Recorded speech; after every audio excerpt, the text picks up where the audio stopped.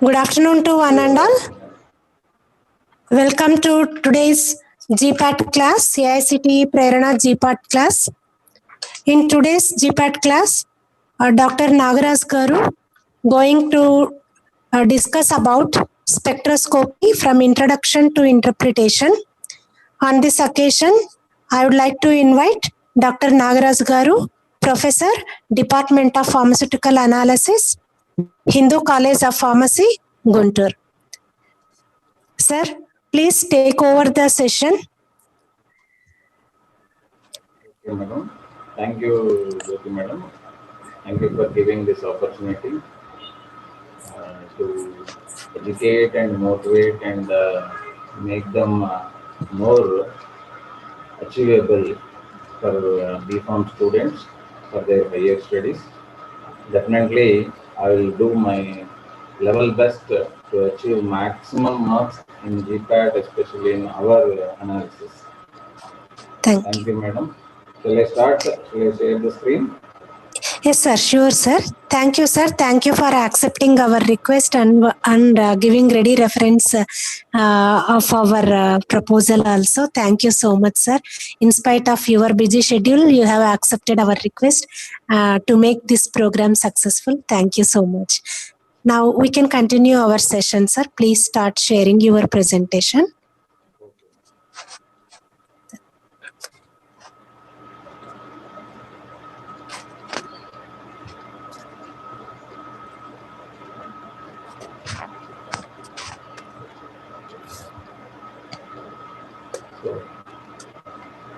Are you able to see the screen?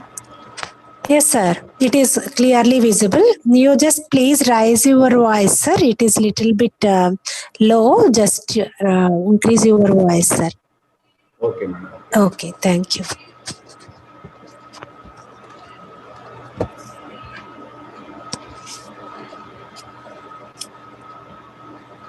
Good afternoon, all. Myself, I am Dr. Nagaraju, Professor in the Department of Pharmaceutical Analysis, Hindu College of Pharmacy, in Guntur. So first of all, thanks to Raghavendra Institute of Pharmacy, Anantapur, for giving this opportunity to share my knowledge about various analytical topics under the AICT Prerana scheme for preparing your BPharm for higher education. Today's topic, introduction to spectroscopy. Then after we go into the details in the spectroscopy. First of all, I'll directly giving you the main aspects which are going to ask in your GPAT examination. So initially, first we'll start with what exactly is spectroscopy and what are the other related terms related to this spectroscopy, and we'll go into the various types of spectroscopic techniques.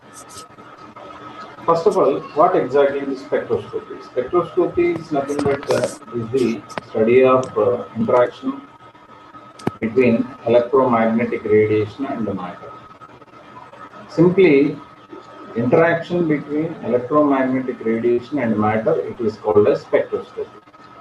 When electromagnetic radiation reacts or interacts with the matter, several things will be happening.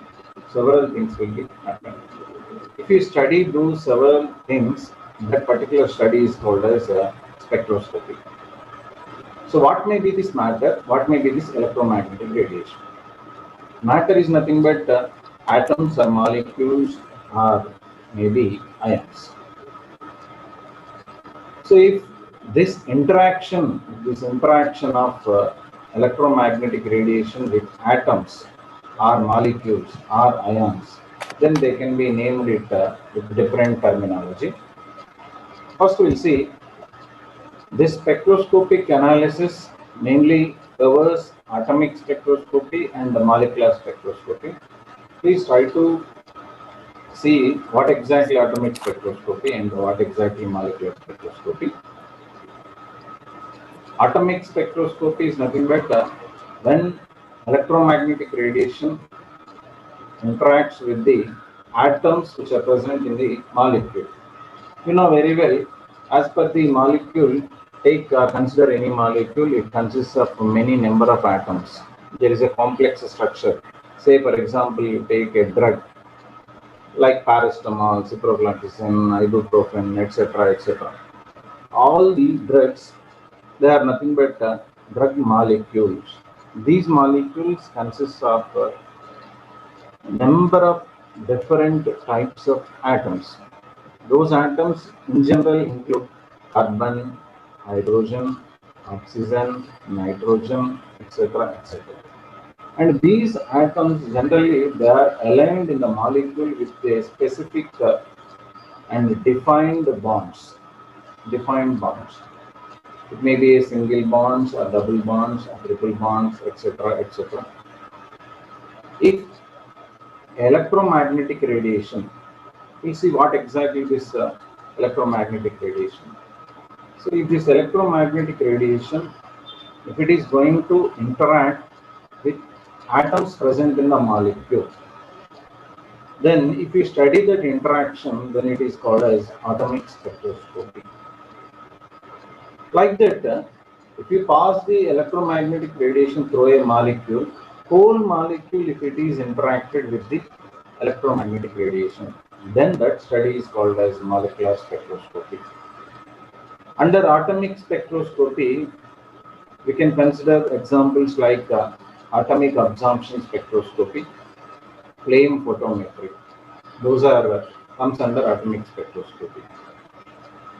Under molecular spectroscopy, UV visible spectroscopy, infrared spectroscopy, etc. So mainly spectroscopy comes or covers under these two headings, atomic and molecular spectroscopy. We can say this is a major classification of spectroscopy. Then coming to this electromagnetic radiation. So for matter means here, this interaction of matter means molecule, atom or any. In short, it is called as EMR. Electromagnetic radiation is called as EMR. Electromagnetic radiation, it is nothing but one form of energy. It is nothing but energy. It has both electrical and magnetic characteristics. Try to remember this. Red line to end.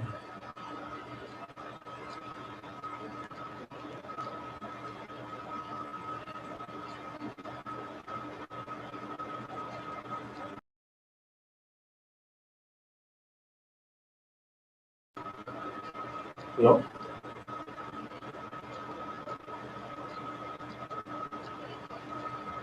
So electromagnetic radiation is form of energy. It has both electrical and magnetic characteristics. So please try to remember this electrical and magnetic. It has both electrical and magnetic characteristics. Why I am stressing is, you see, according to this, electromagnetic radiation, it has electric and magnetic. You see this blue line, it is the magnetic. It is electric. So these electric and magnetic waves, these waves generally they oscillate perpendicular to each other.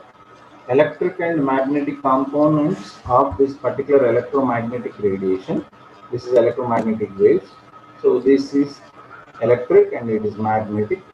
This electric and magnetic components of this particular electromagnetic radiation, they oscillate perpendicular to each other.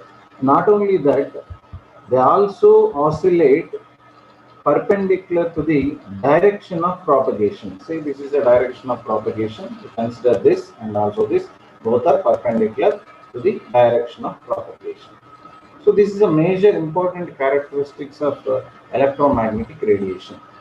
One is it has two components. One is electric component. Another one is magnetic component.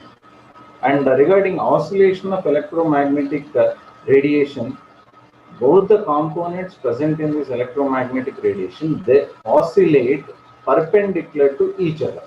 Perpendicular to each other. Not only this, they also oscillate perpendicular to the direction of propagation. And a direction like propagate అవుతుందో దానికి perpendicular గా ఉంటుంది. And this electromagnetic radiation EMR, it is mainly characterized by three parameters. One is wavelength, another one is frequency, third one is wave number. You can characterize this EMR by using any of these three parameters. We'll see what exactly these three parameters. And coming to this electromagnetic radiation, other characteristic is, we learn that this electromagnetic radiation is one form of energy. Whatever the energy which is carried by this electromagnetic radiation, it is directly proportional to its frequency.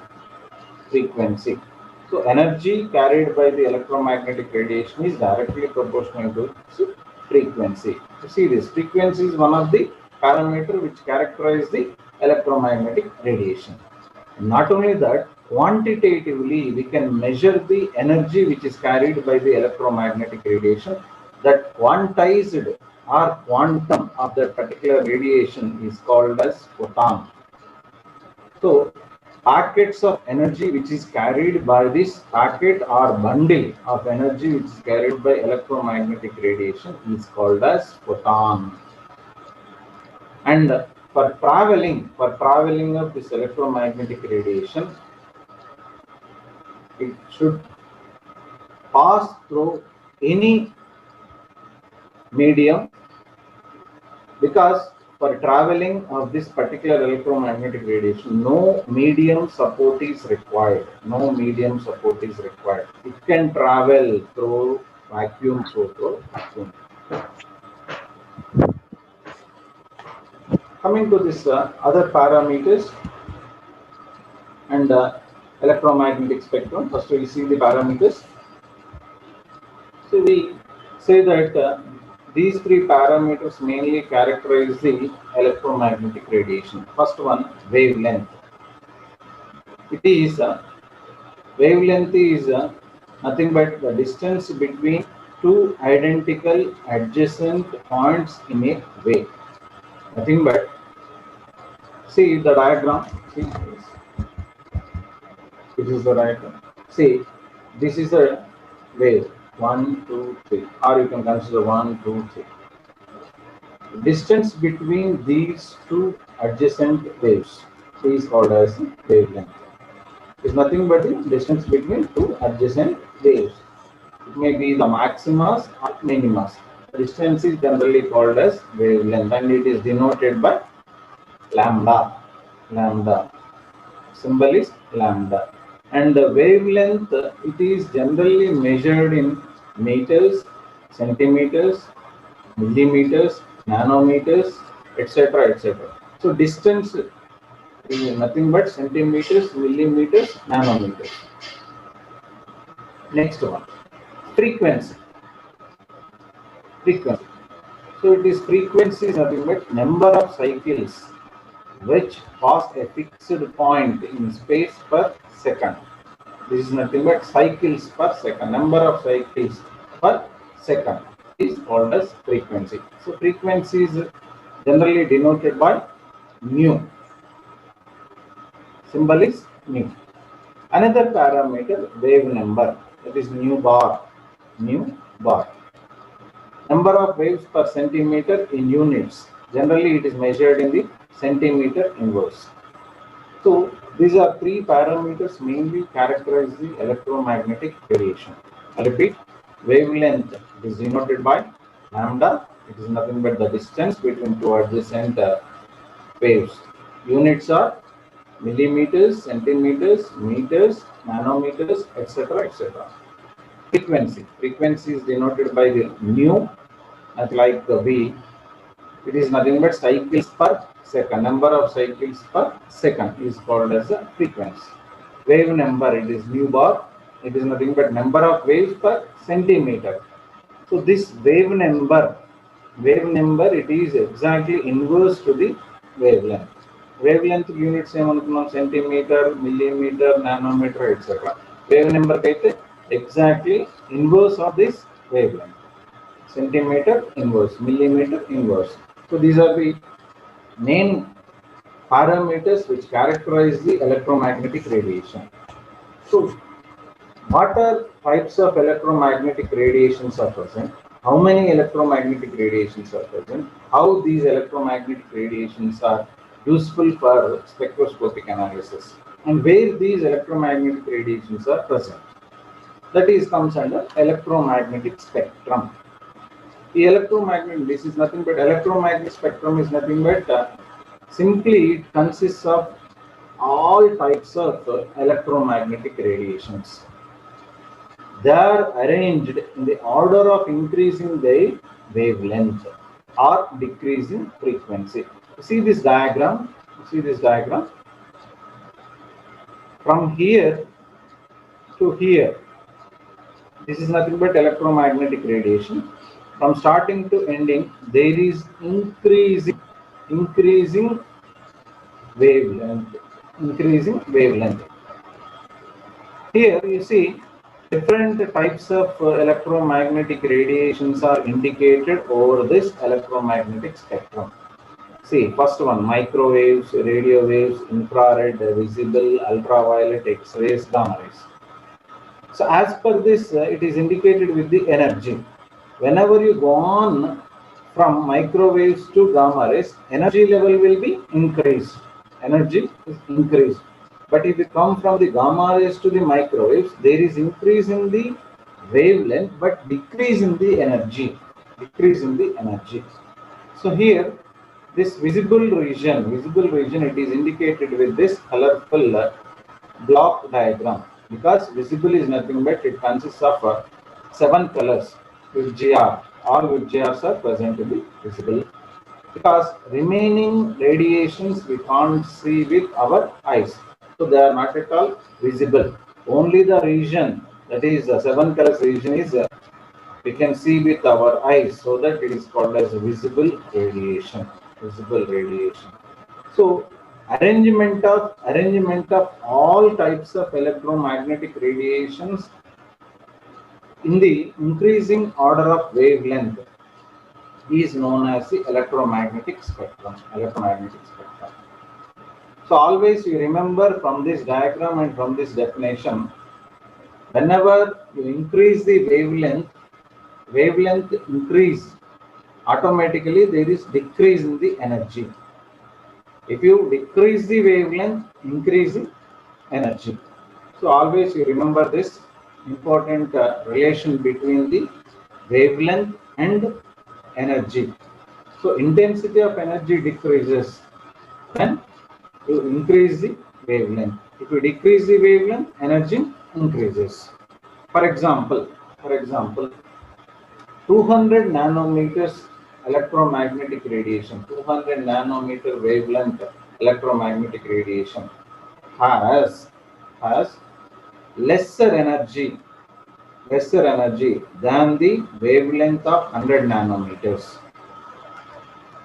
It means that whenever you are increasing the wavelength of radiation, automatically there is increase in the energy. So 200 nanometer wavelength radiation has higher energy than the wavelength of 400 nanometers. So if you compare 200 nanometers and 400 nanometers, 200 nanometers has high energy than the 400 nanometers. But consider the wavelength, 200 nanometers is lesser wavelength, 400 nanometers is higher wavelength. You go from the 200 nanometers to 400 nanometers, automatically there is decrease in the energy. So by this way, we can conclude that electromagnetic spectrum, it is nothing but it consists of all types of electromagnetic radiations. That's all. Then already we have seen these definitions: wavelength, frequency, wave number. Then you see the types of spectroscopy. There are basically 3 types of spectroscopy. Initially, we discussed the classification of spectroscopic techniques, that atomic spectroscopy and molecular spectroscopy. That is only a basic classification. Then after, depending on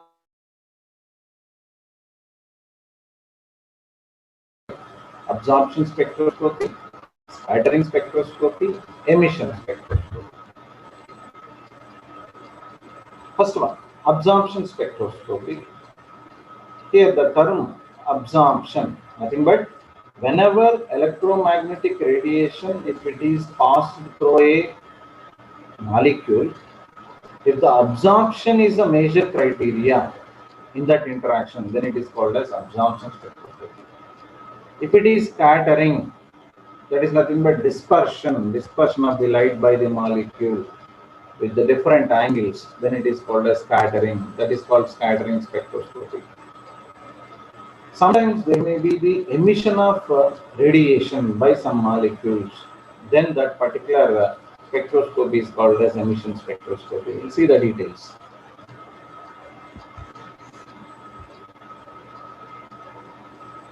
First one.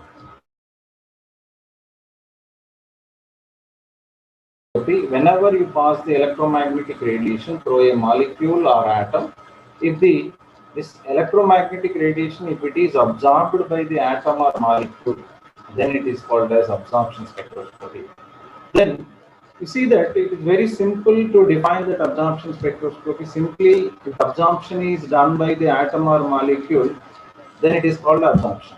But what exactly it is happening?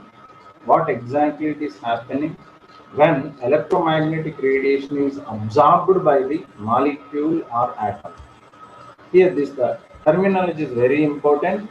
Absorption by the atom or molecule.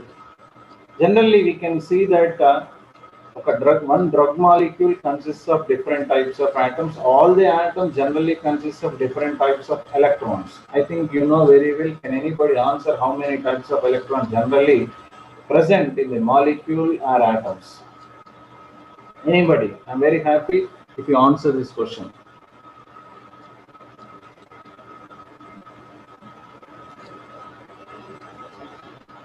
Anyone can answer.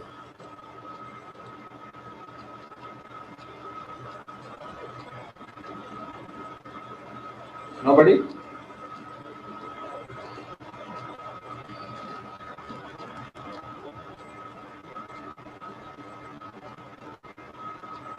Yeah, one candidate has given message that paid and unpaid electrons. So it is not exactly the classification of electrons. This is nothing but arrangement of electrons. What you told is arrangement of electrons. Orbitals generally consist of these electrons. Those electrons are arranged in the form of paid and unpaid. Is right. One is sigma electron. Chandramouli, I think, answered that sigma electrons, n electron, etc. Anyway, thank you. So I'll explain.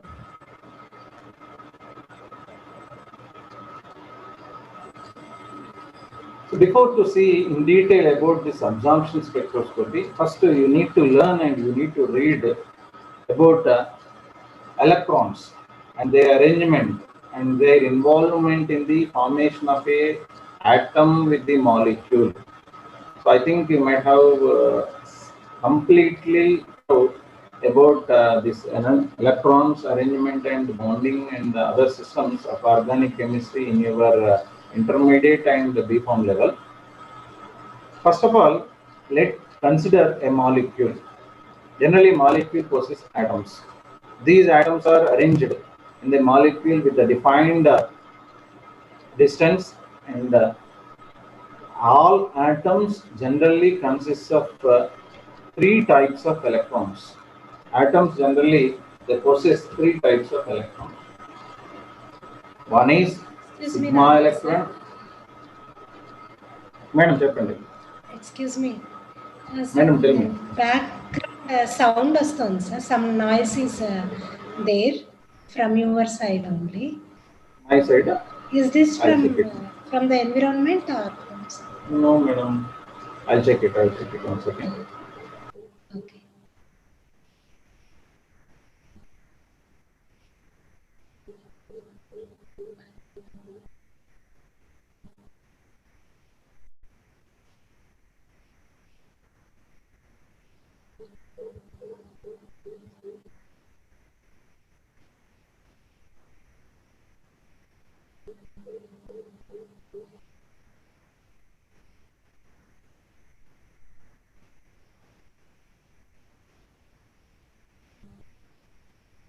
Pawan sir?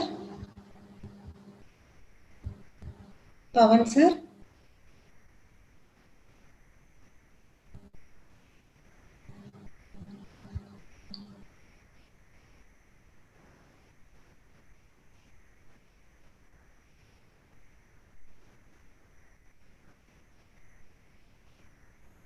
Nagaraj sir? Hello, madam. Sir. Madam, it's okay, na? I think still some buzzing sound is coming, sir. Somewhat Madam? buzzing sound. Students, can you hear that, or is it no noisy? Now we check it. Hello? Yes, sir. Is it okay, madam? Okay, sir, then. Sir, somewhat okay. Okay, sir. Please continue. Sorry for the disturbance. Okay, Please okay. continue. Okay. So regarding this absorption spectroscopy, so before to see that, we need to discuss about what exactly this molecule and number of types of electrons. So already I told that there are three types of electrons majorly involved in the formation of this particular atom and molecule. One is sigma electron, pi electron, and n electron. As per our spectroscopic terminology, these three are important: sigma electrons, pi electrons, and n electrons. You know very well what is the exact naming of these electrons. Sigma electrons are nothing but the electrons which are directly involved in the sigma bond, formation of a sigma bond. That is nothing but single bond. Generally, when you put a sigma electrons involved in it, then pi bond. So those electrons which are involved in the formation of a pi bond, they are called as pi electrons. Next, coming to the n electrons. These are nothing but non-bonding electrons. They are not at all involved in any bond formation. It may be sigma or pi or any other bond formation. They are not involved. They are called as non-bonding electrons. So all these electrons generally come across with the various types of atoms and molecules. Depending on the type of electrons which are available in the atom or the molecule, then generally these absorption or scattering or even emission takes place. Consider this absorption spectroscopy.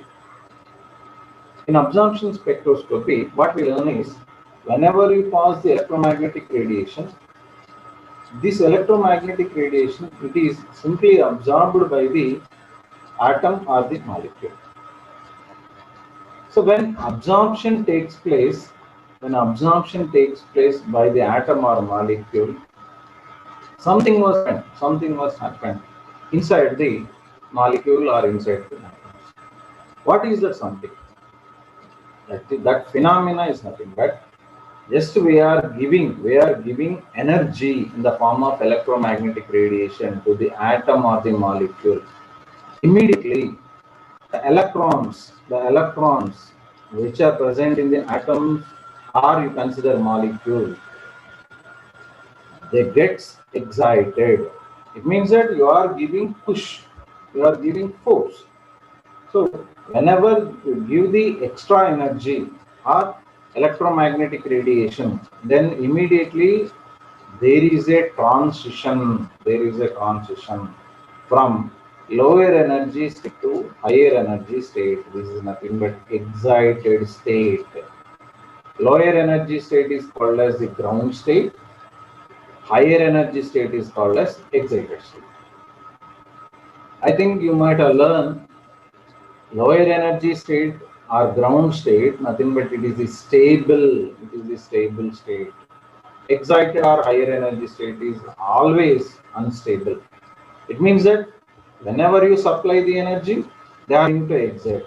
If you withdraw the energy, automatically they are going to get back to the lower energy or ground state. So this particular transition from lower to higher state of any electron, it may be n electron, sigma electron, or pi electron, after absorption of this electromagnetic radiation. After absorption of this electromagnetic radiation, transition from lower to higher state. If you study this entire transition, then it is called as absorption spectroscopy. It means that after taking the EMR by the atom or molecule, then this particular was happened. So that it is called as absorption spectroscopy. Various examples for absorption spectroscopy is UV visible spectroscopy, infrared spectroscopy. Means that when you use ultraviolet radiation or visible radiation in the form of EMR, then that study is called as spectroscopy. Or if you pass the infrared radiation through a matter, that is nothing but atom or molecule, then that study is called as higher spectroscopy. So like that, absorption spectroscopy, mainly they transfer those electrons under ground state to the higher state. It's about absorption spectroscopy. Like that, scattering. So already I told you that scattering, it is nothing but one physical property that we are going to measure. Whenever you pass this electromagnetic radiation through a substance or the matter, automatically this molecule or atom, they scatter, they reflect back, or they reflect back in different angles. They disperse that particular EMR with the different angles. So those angles have a specific wavelength. Whatever the light which is scattered by this particular substance or the atom, generally with the different angles, then this particular scattering pattern, if we study, then it is called as scattering spectroscopy.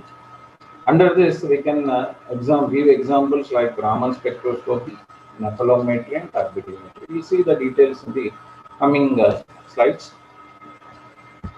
Coming to the emission spectroscopy.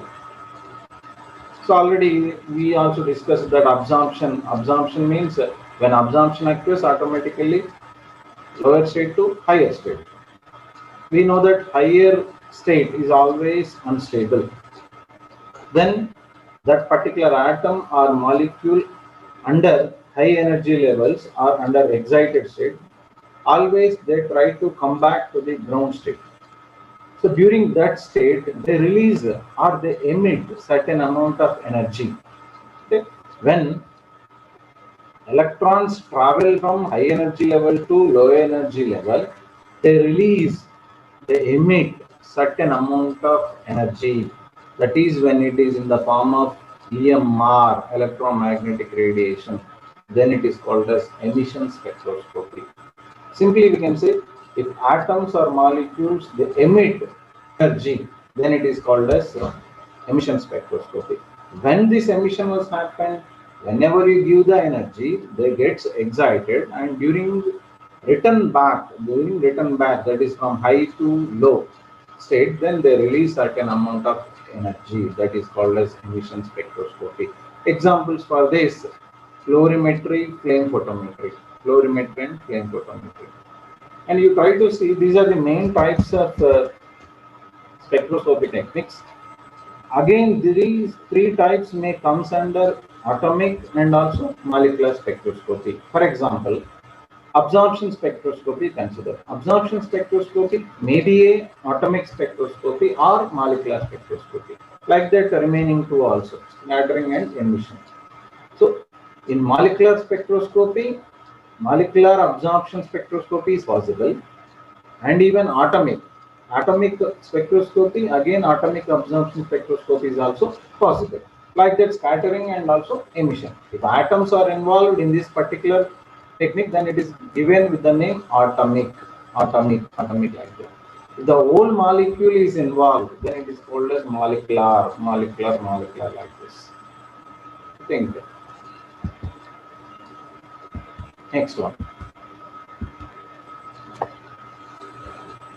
So we'll see the various principles of absorption spectroscopy.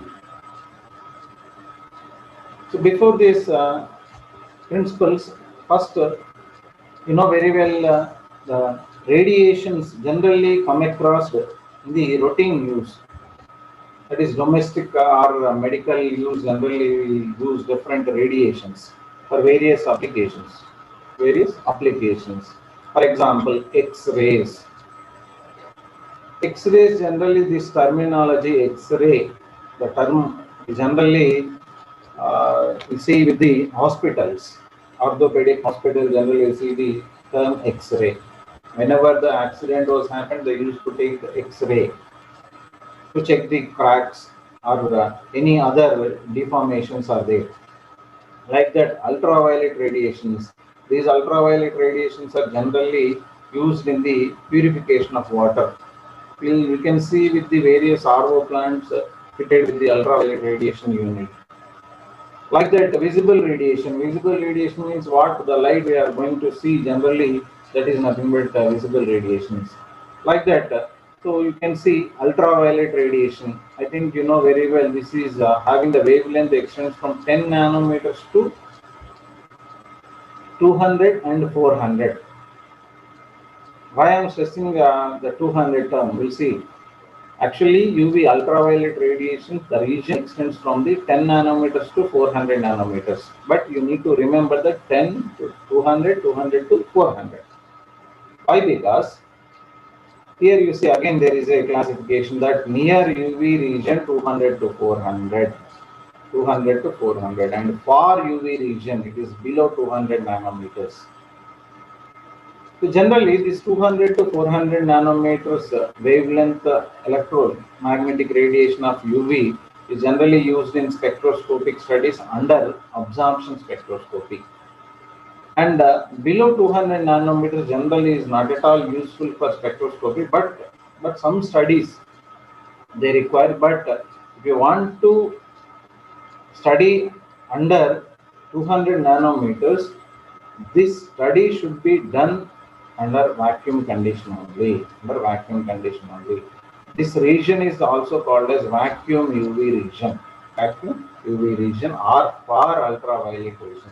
Why? Because why we should carry out the experiment under vacuum condition is below 200 nanometers wavelength ultraviolet radiation. If you pass through this general environment, air which is present in the environment will also absorb these ultraviolet radiations.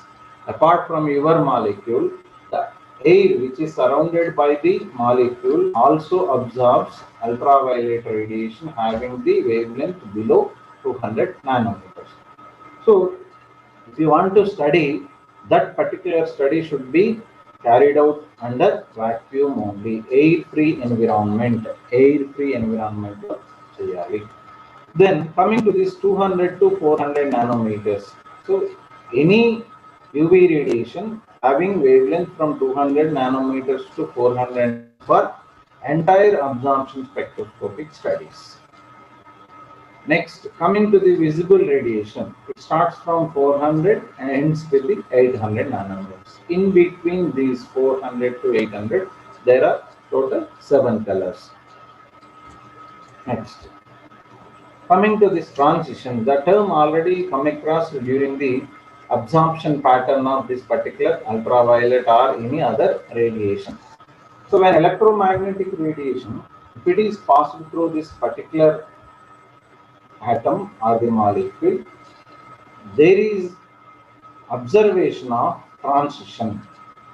So what type of transitions generally come across with the atoms or the molecules? Those transitions are called as electronic transitions because electrons are directly influenced by the electromagnetic radiation for these transitions, so that they are called as electronic transitions.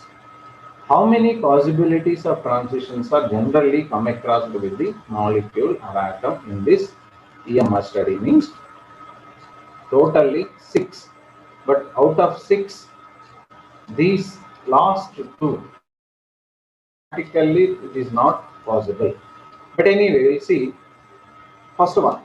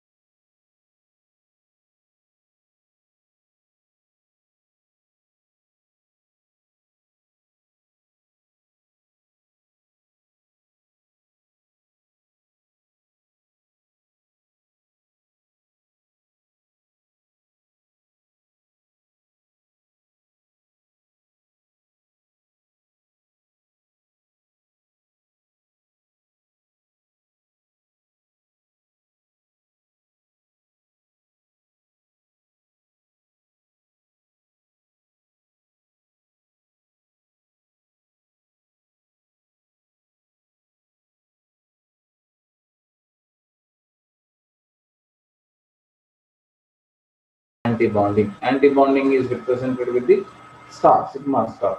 So sigma to sigma star transition means when sigma electrons excited to and occupy this sigma anti-bonding orbital, this transition is called as sigma to sigma star transition. So see the next slide.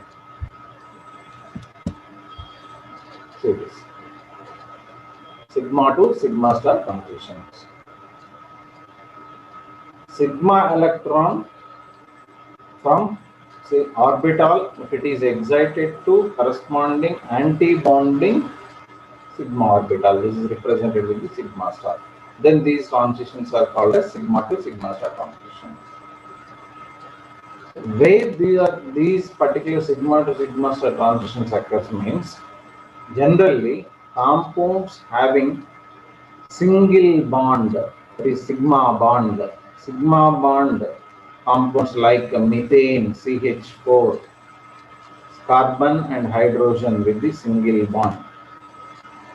In these cases, if you pass electromagnetic radiation through this methane compound, you can expect sigma to sigma star transition. Generally, you know very well, sigma bonds are very strong bonds when compared to this pi bonds. Even when compared to the pi bonds, sigma bonds are very strong, you know. So to disturb that bond, or to excite the electrons which are present in this sigma bond, you require high energy. You require very high energy. That is, sigma to sigma star transitions which occurs in the methane when you pass the wavelength of 125 nanometers radiation. Means 125 nanometers wavelength radiation under UV ultraviolet radiation having wavelength 125 nanometers. If you pass through this methane, you can expect this sigma to sigma star transitions. It means these particular 125 nanometer wavelength radiation, it has very high energy, Generally, this particular energy 125 nanometer wavelength radiation is not at all useful for our regular absorption spectroscopy.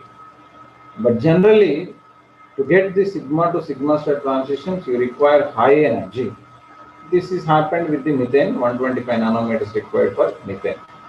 Say, for example, if the molecule is having pi bonds, apart from this sigma bonds along with this pi bonds.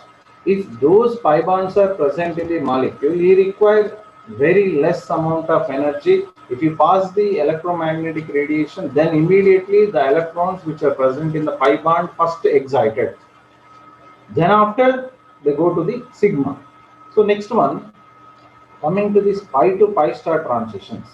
Whenever the molecule possessing these pi electrons in the bonding, then those orbital, when it is excited by the electromagnetic radiation, if it occupies pi anti-bonding orbital, then these transitions are called as pi to pi star transitions.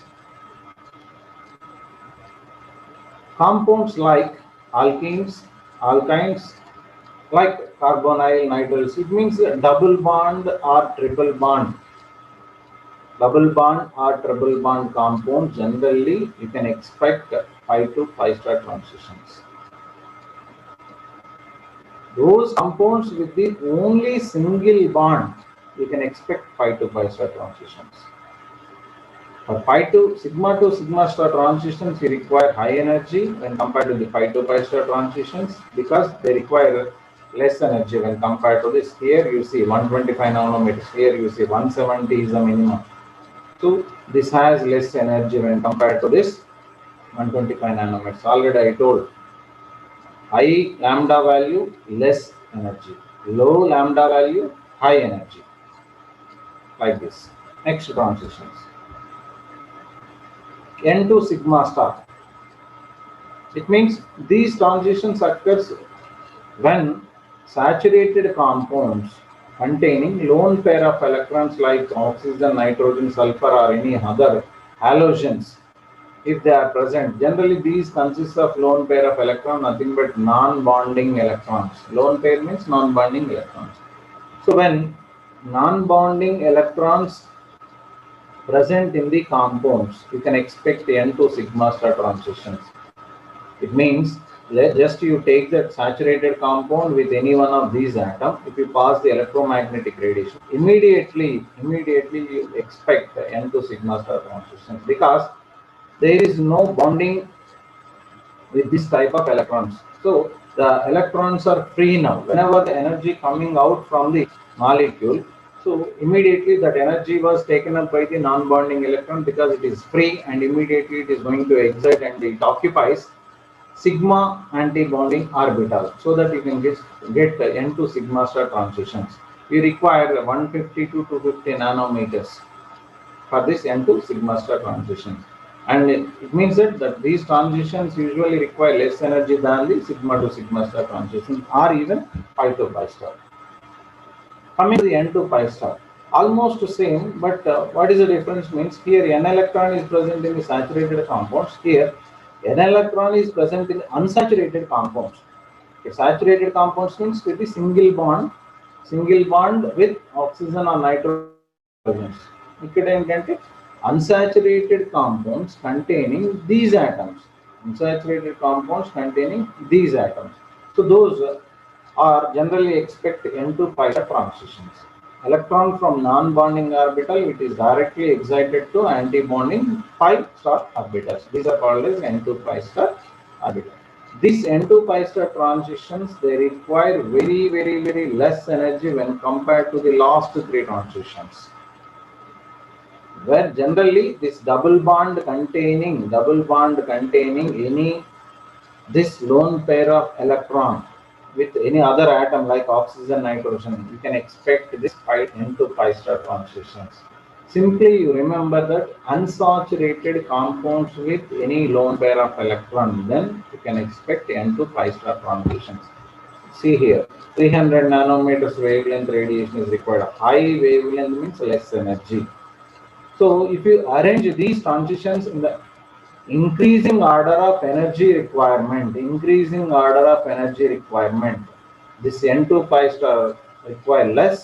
Next is N2 sigma star. Next is pi to pi star. Then is sigma to sigma star. Like that. Next, already I told that sigma to pi star transitions and pi to sigma star transitions, these are forbidden transitions. Generally, we can study. It is very difficult to excite sigma electron to occupy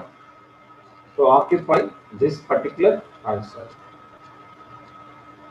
Like that, the pi electron is very difficult to occupy, and sigma anti-bonding occupy. Like this. See. You can see these transitions with the diagram and also energy requirements.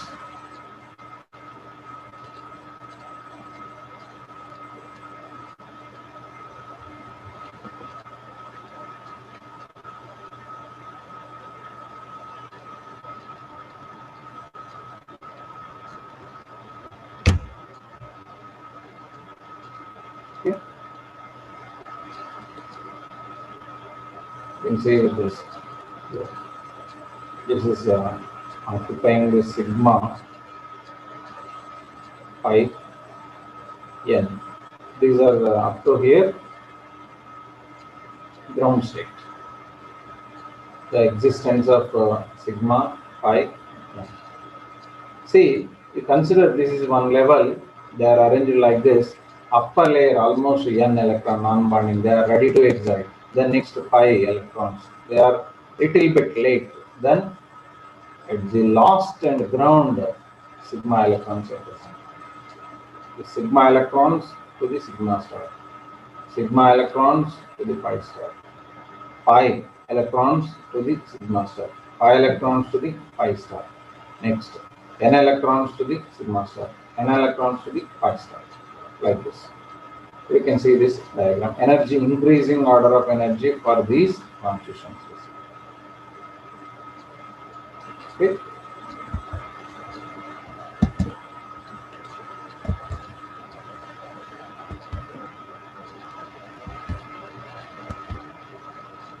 So various definitions, terminology which is related to this spectroscopy. So first of all, we see the importance of spectroscopy, then we'll go into the terminology of this chromophore and oxochrome. In general, in absorption spectroscopy, electromagnetic radiation mainly characterized by the wavelength, frequency and wave number. Already I explained about this.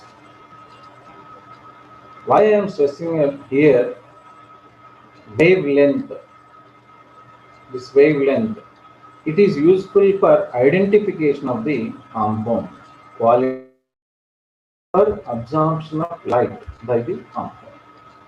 That functional group is called as chromophore. For example, if you take colored compound, the color is due to presence of one particular functional group, then that is called as chromophore. If it is colorless compound, one functional group is responsible. It may be nitro or N double bond O or C double bond O or amine group or nitride group or any group. You can see here.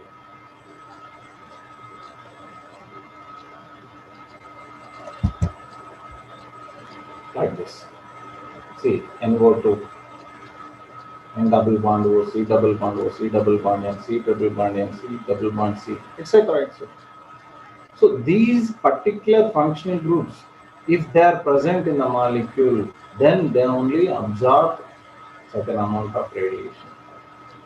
Maybe colored radiation or colorless radiation.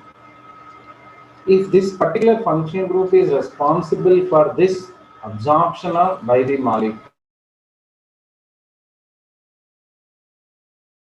your GPAT examination, chromophore.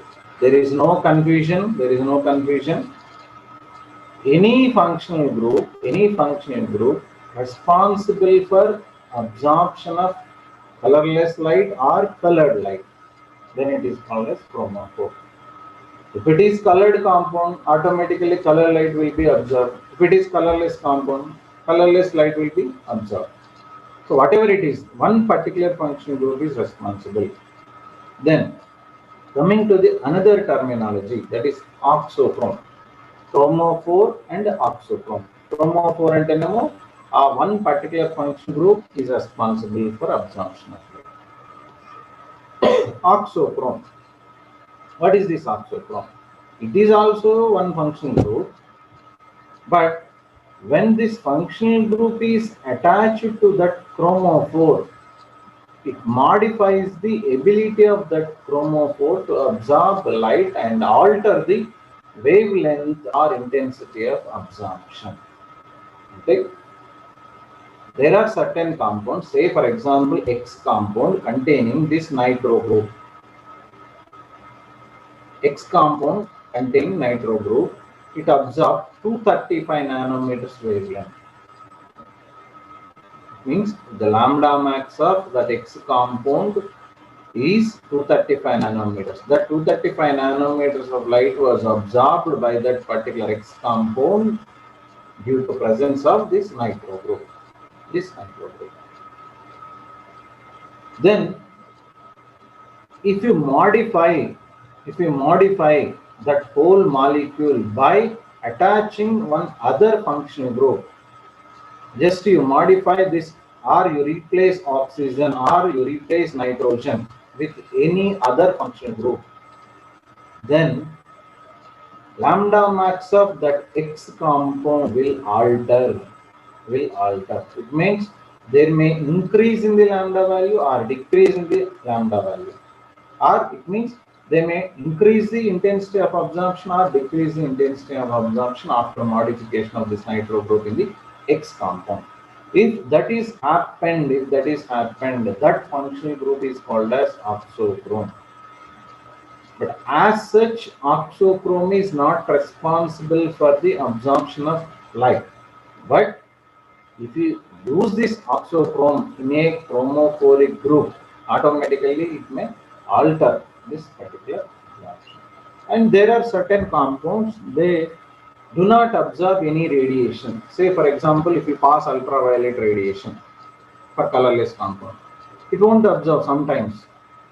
But if you add one functional group like oxochrome, after attaching this oxochrome to that particular drug or molecule containing a chromophore, it is non-radiant in UV.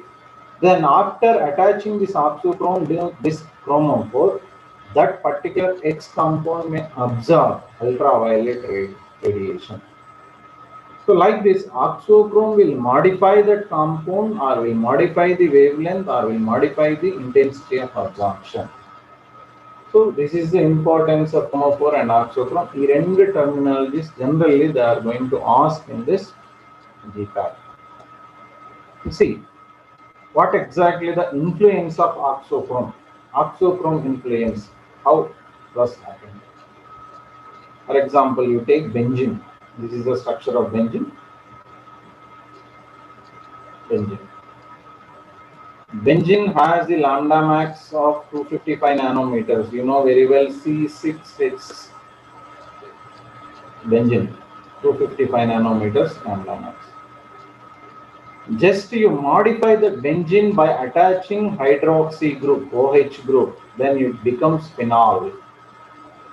Immediately the lambda value of this benzene will modify after attaching this OH to this 270. It means from 255 to 270, it is increases. Lambda value of this benzene shifted to 270 nanometers, just simply attaching OH.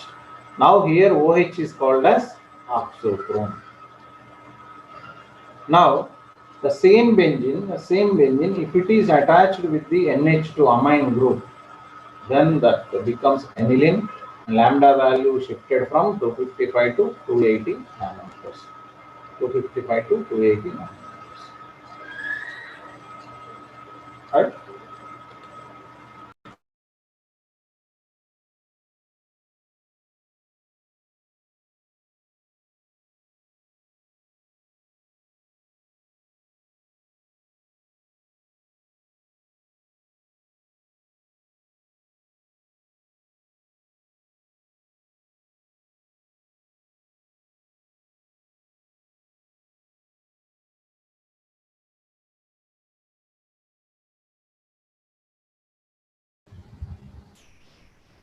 Hello?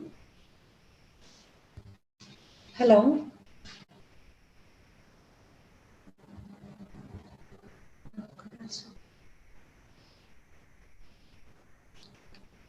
Hello? Nagaraj sir? Madam, Hello, madam. Sir, are you continuing? Hello, madam. Just a small pause it has become. Hello, madam. Am I audible? Sir. Sir, okay, sir. Yes, madam. Continue. Yes, we'll complete in 5 minutes, madam. sir, sharing again, sir. Sharing stop in, sir, so that I got it out here. I will check it. Okay.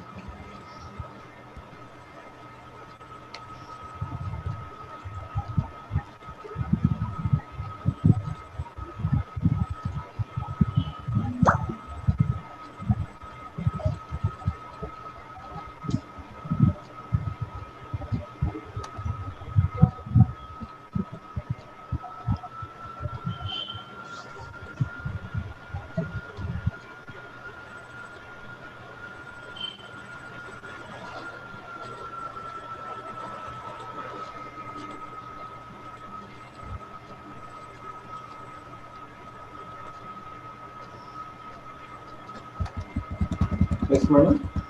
Are you able to see? Yes, sir. Yes. Okay, madam. I'll finish.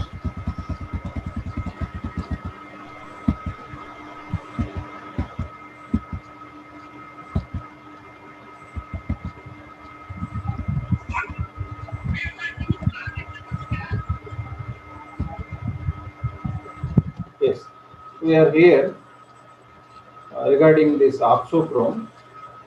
The benzene, it has lambda max 255 nanometers. After introduction of this OH as the oxochrome, then lambda value shifted from 255 to 270. Then the same benzene, if it is attached with the NH2, that is oxochrome group, then lambda value shifted from 255 to 280. So by this way, oxochrome will influence the molecule for shifting of lambda max for higher to lower or lower to higher, depending on the function group. But oxochrome is directly not responsible for absorption of electromagnetic radiation. It may be color or colorless light. So anyway, this chromophore is important functional group for responsible for absorption of light. Oxochrome is only a add-on functional group for modification of the absorption of light by the compound. Then we'll see various shifts, intensity shifts and absorption shifts in the next class. Thank you, madam.